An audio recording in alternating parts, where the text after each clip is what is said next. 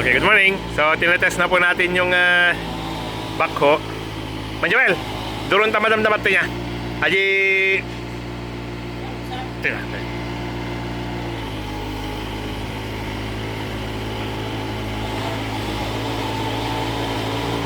Okay, tingnan natin yung kanyang tatabahuin.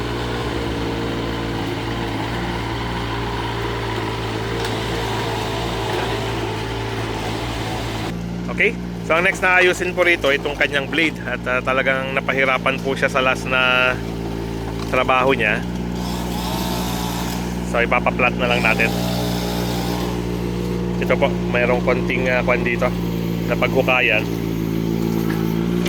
Haji blade ti gamitin tanong, walang bite, nalamuyot lang.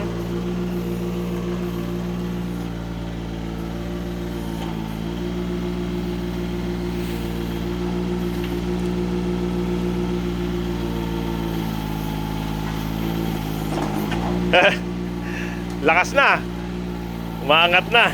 Okay.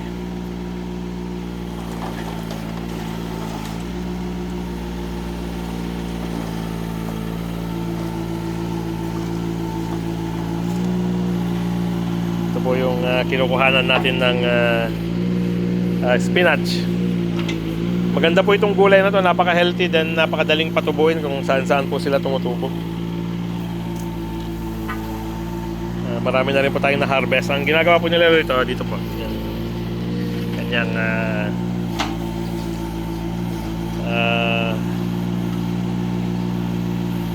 talbos. Sarap po ito sa munggo, salad, kamatis. Very nutritious po. Testingin natin yung kanyang sirang blade. So, kaya naman po. And kahit masira po ito, tumutubo sila kaagad. Mabilis lang tumubo.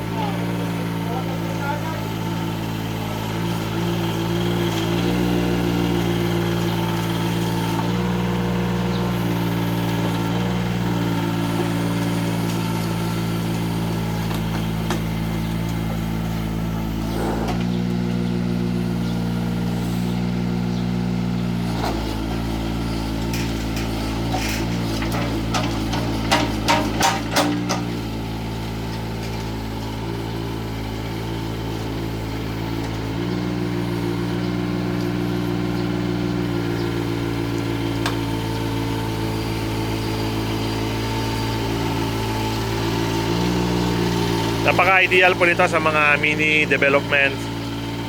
Kasi may mga continuous po tayong ginagawa sa ating mga, let's say, bukid. Yan po. Pwede ring makalaking tulong po yan sa bukid, pantanim, sa mga planters ng mga, let's say, plantation. Malaking bagay po yan sa paggawa ng mga kanal, paghukay ng tataniman, ang level.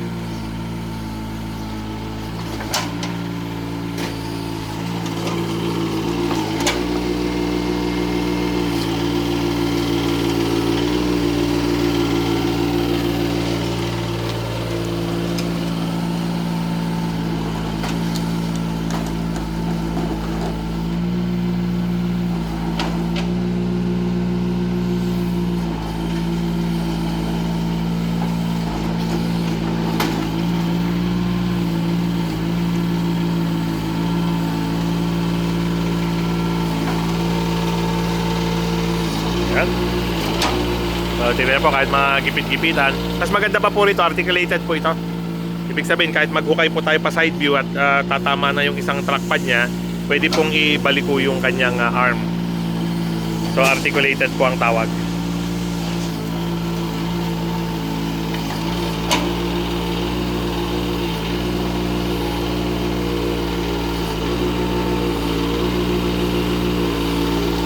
Kukuha po tayo mamaya rito ng garden soil. Ganda po itong garden soil.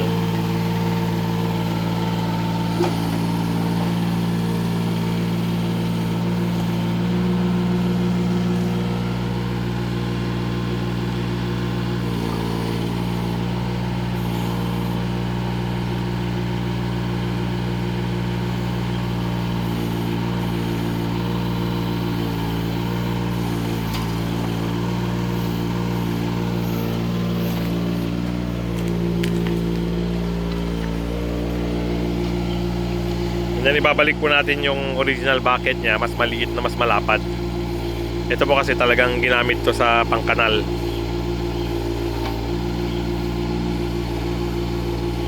Then i-repaint po natin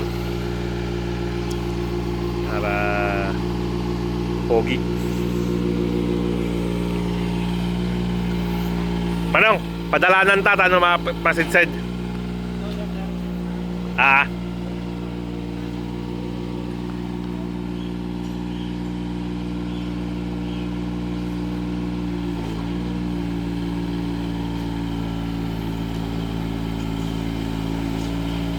Yan. Pag medyo na-level na po, pwede nating padaanan ng backhoe kasi yung backhoe naman po ang magsaserve na parang compaction.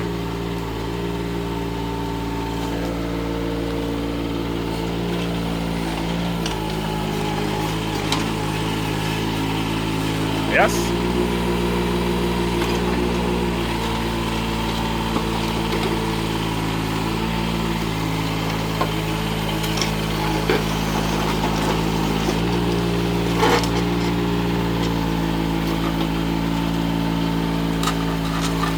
So, binaba po niya, then hihilain naman.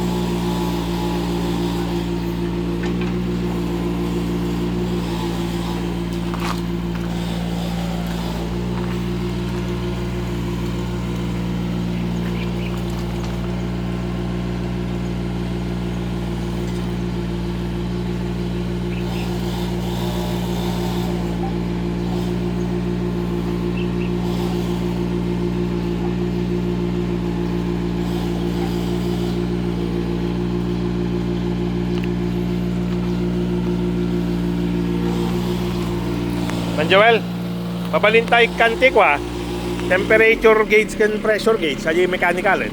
Mabalintay. Yeah? Sige, ito po ang gagawin na lang natin na isang modification. Lalagyan natin ng yung mga manual indications dito. I-connect natin yung oil pressure gauge saka temperature gauge na napakalaking bagay po yun. Saka kwa nung alternator nagkarkarga.